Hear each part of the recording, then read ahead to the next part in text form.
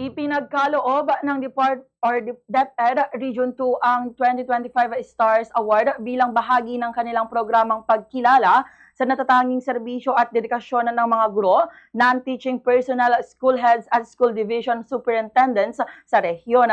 Sa panayam ng Bombo Radyo Kawayan kay Dr. Benjamin Paragas, Regional Director ng DepEd Region 2, sinabi niyang layunin ng STARS Award na bigyang diin at gantimpalaan ang mga guro at iba pang personal ng DepEd sa kanilang outstanding performances sa paghahatid ng basic education services at sa kanilang pagiging professional at may integridad bilang kawani ng kagawaran. Ayon kay Dr. Paragas, ang STARS Award na nangangahulugang service-oriented, talented, effective, resilient, spirituality-driven ay bahagi ng praise program ng DepEd na naglalayong kilalanin ang mga natatanging kawani na nagpakita ng kahusayan, profesionalismo at di matatawarang paglilingkod sa akademya.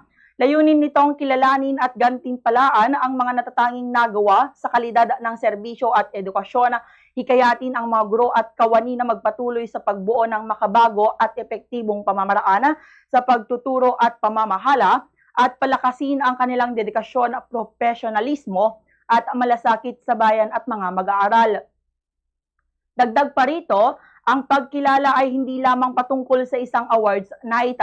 Ito ay nagsisilbing pampalakas ng moral at inspirasyon sa mga guro at kawani upang patuloy na magsikap para sa mataas na kalidad ng edukasyon sa rehiyon.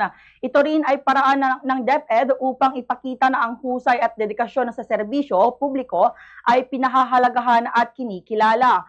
Ayon pa kay Dr. Paragas, inaasahan na malaki ang maitutulong ng pagkilalang ito sa paghubog ng kultura ng kahusayan, hindi lamang para sa mga guro, kundi maging sa pagpapaunlad ng mas mahusay na mga paaralan, pagpapatibay ng integridad sa serbisyo, at paglikha ng positibong epekto sa mga mag-aaral at komunidad. Ganito ang bahagi ng pahayag ni Dr. Benjamin Paragas. Ay na-evaluate ang kanilang mga dokumento at nagkaroon ng validation kung talagang tama yung nakalagay doon. At syempre, meron ding more in-depth validation. Nagtatanong kami sa mga tao na nakakatrabaho nila, nakakasalamuhan nila dahil hindi naman sapat yung dokumento na isinumiti nila sa committee, no?